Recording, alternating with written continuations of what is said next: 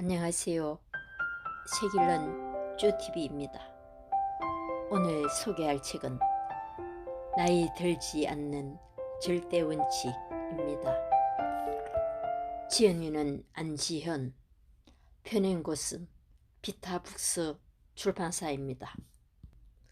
저자는 톰 여배우, 재벌가 자제, 기업인 등 셀러브리티들의 노화 관리를 전담하며 VIP 주치의로 불리는 항노화 전문의이다. 저자는 한때 극심한 노화를 경험했다. 34세의 임신으로 체중이 17kg 증가해 산후 비만을 겪었고 42세에는 번아웃 증후군과 불면증으로 생체 나이가 50세에 가까운 진단을 받았다. 노화의 위기에 직면할 때마다 식이요법, 운동, 호르몬 관리 등 항노화 관리를 몸소 실천하며 노하우를 쌓았다.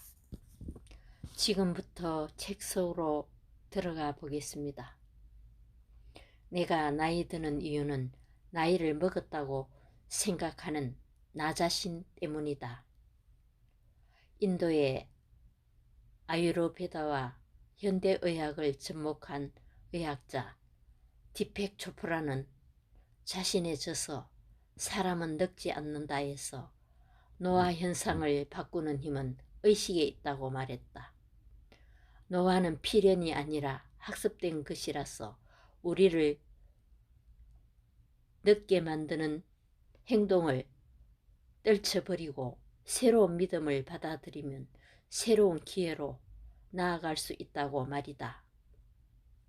나 역시 그의 의견에 동의한다. 노화는 평등하게 오는 게 아니라 성별, 계층, 생활 습관 등에 따라 다른 특성을 보이는 이질적인 면모를 지니고 있기 때문이다. 생리적 나이와 상관없이 해가 바뀔수록 기대되는 삶을 만들어 갈 수 있다면 남들이 말하는 동안의 범주에 우리도 얼마든지 포함될 수 있다. 나이 때문에 하지 못할 일은 없고 나이 때문에 포기해야 하는 일은 더더욱 없어야 한다. 나이살로 몸매가 망가지지 않는 방법. 문제는 나이살이 건강하게 나이 드는 것을 방해하는 큰 주범이라는 점이다. 그래서 체중관리는 항노화 관리에서 빼놓을 수 없다. 그렇다면 항노화 관리를 잘하는 사람은 어떨까? 이들은 나이가 들어도 나이살로부터 자유로운 경우가 많다. 이들은 노화의 한 과정이지만 건강을 위협하는 질병이기도 한 나이살을 자신의 몸에 꼭 맞는 맞춤의학으로 관리하기 때문이다.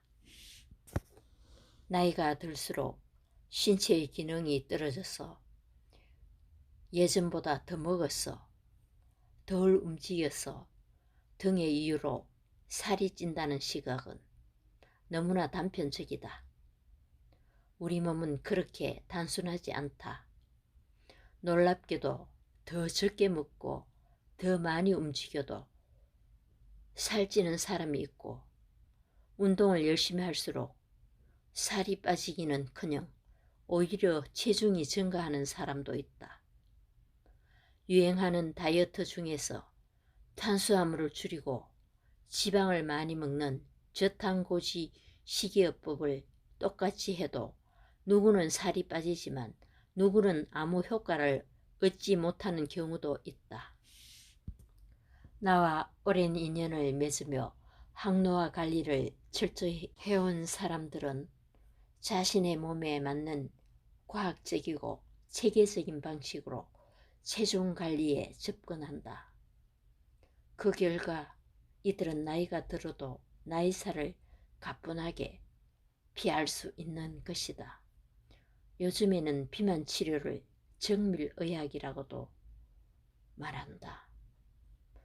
지금까지의 의학이 평균적 의학이었다면 이제는 개인별로 유전자와 라이프 스타일을 고려하는 것이다. 그래서 최근에는 유전자에 따른 개인차를 인정하고 맞춤 치료로 접근하기 시작했다. 그렇다면 맞춤 치료 측면으로 접근하는 나이살 관리법은 무엇일까? 내 몸에 꼭 맞는 방법으로 살을 뺄 수 있는 방법은 크게 다음에 4가지로 구분된다. 1. 나는 어떤 비만 유전자를 가지고 있나? 2. 살이 빠지지 않도록 만드는 호르몬 불균형은 무엇인가? 3. 나의 장 상태에는 문제가 없는가? 4. 에너지를 발산하는 대사가 원활히 이루어지는가? 이 4가지 항목에서 내가 가진 문제와 해결책을 정확히 파악한다면 지난날 지독하게 빠지지 않았던 숨은 5kg 정도는 자연스럽게 빠지게 된다.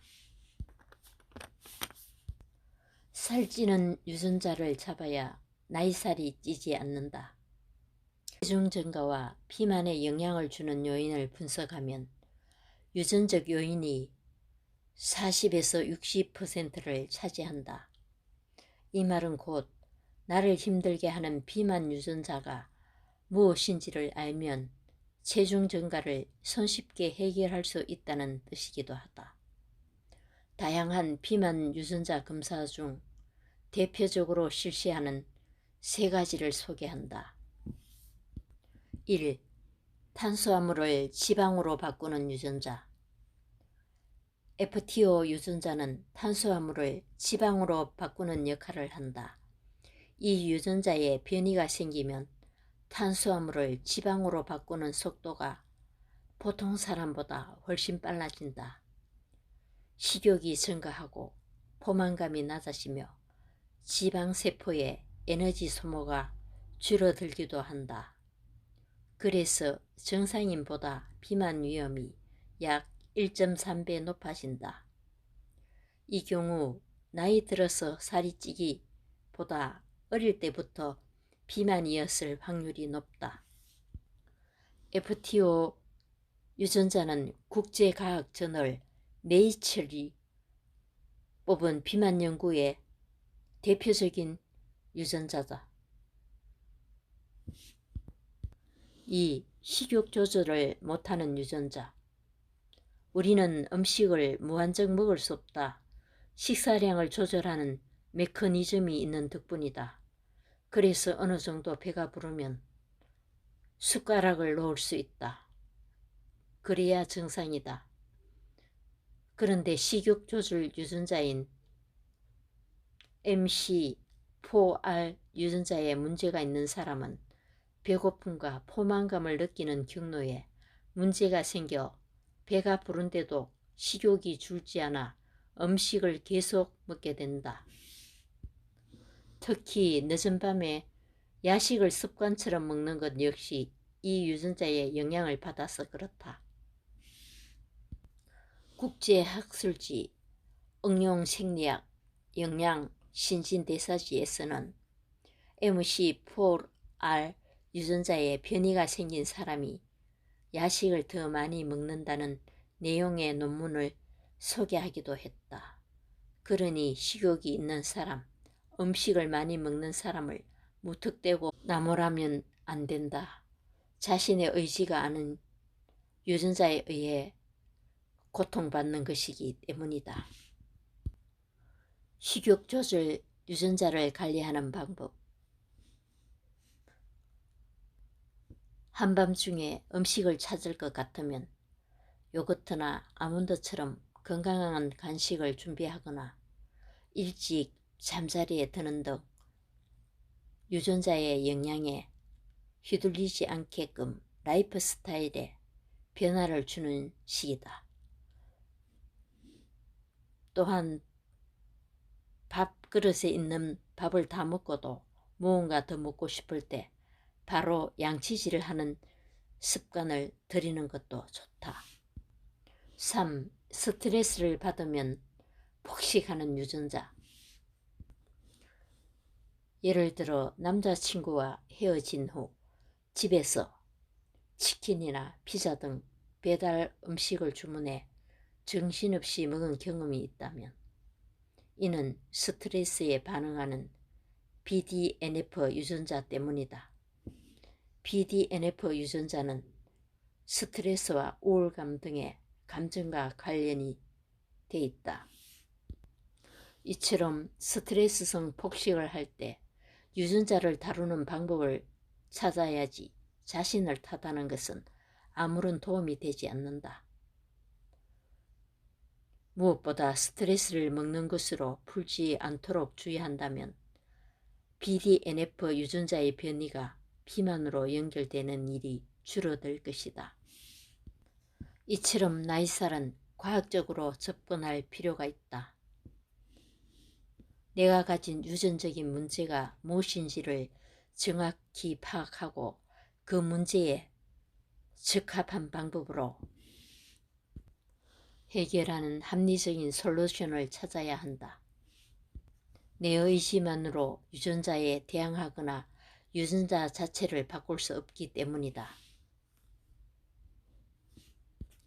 남들이 좋다고 말하는 방법이 아닌 나에게 꼭 맞는 방법을 찾으면 그동안 나를 괴롭혀왔던 나이살이 자연스럽게 빠진다.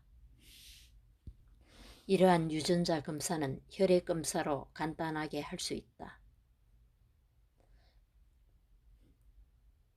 과거에는 100만원 상당의 검사비가 부담됐지만 이제는 15만원 정도를 지불하고 열흘 정도만 기다리면 쉽게 검사 결과를 알 수 있다.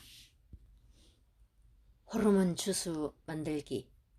나이가 들수록 체내에 콜레스테롤, 중성지방, 당독소가 증가해 피가 끈적해진다. 인슐린 호르몬 불균형까지 발생하면 체중 감량이 어려워지는데 호르몬 주스만 잘 챙겨 먹어도 이러한 문제들이 어느 정도 해결된다. 살을 빼는 것도 비교적 쉬워진다. 아래에 소개하는 호르몬 주스는 실제로 내 진료실에 찾아오는 사람들에게 처방하는 것이다. 재료가 적고 준비가 간단해 챙겨 먹기가 쉽다. 아몬드 5알. 성장 호르몬을 촉진하는 아르기닌이 풍부하다. 사과 1개. 인슐린 저항성을 호전시키는 펙틴강, 호르몬 생리작용을 원활하게 하는 폴리페놀이 풍부하다. 가능한 껍질째 사용한다. 케일 100g. 스트레스 수치를 낮추는 칼슘이 풍부하다. 양배추, 브로콜리, 양상추 중 한 가지 100g. 배추과 채소를 일컫는 십자화과 채소는 식욕 조절 호르몬인 렙틴 분비를 촉진한다. 먹으면 허기가 달래지고 식욕이 조절된다. 양배추는 삶은 상태로 사용한다. 두유, 종이컵 2분의 1컵 또는 두부 4분의 1모. 여성 호르몬을 채우는 역할을 한다. 여성 호르몬이 부족하면 내장 지방이 늘고 피부 탄력이 떨어지는데 이를 방지해준다. 위에 재료를 믹서에 함께 넣고 갈아 매일 아침마다 한 잔씩 마신다. 여기에 삶은 달걀 2개를 추가하면 든든한 아침 식사가 된다. 물 섭취법. 항노화 피부 관리에서 빼놓을 수 없는 이너 뷰티가 바로 물이다. 물을 충분히 마시면 수분 배출이 잘 되면서 피부 세포의 대사가 활발해진다. 그 결과 건조하고 쭈글쭈글한 피부 세포에 수분이 공급되어 촉촉하고 건강한 피부가 된다. 물을 마시는데도 적당한 타이밍이 있다. 일어나자마자 공복에 마시는 물은 밤새도록 쌓인 노폐물을 밖으로 내보내는데 효과적이다.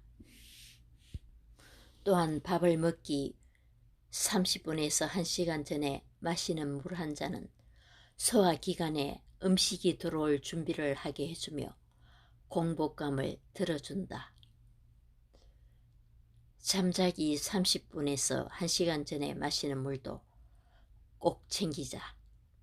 우리 몸은 잠자는 동안 보통 300ml의 땀을 흘리는데 새벽이나 아침에 체내 수분이 부족해지면 심근경색과 뇌경색 위험이 높아진다.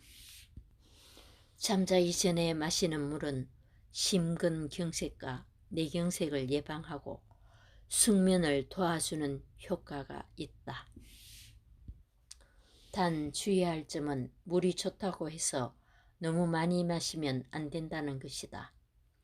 자신의 체중에 30을 곱하면 내가 하루에 마셔야 할 적정 섭취량을 알 수 있다.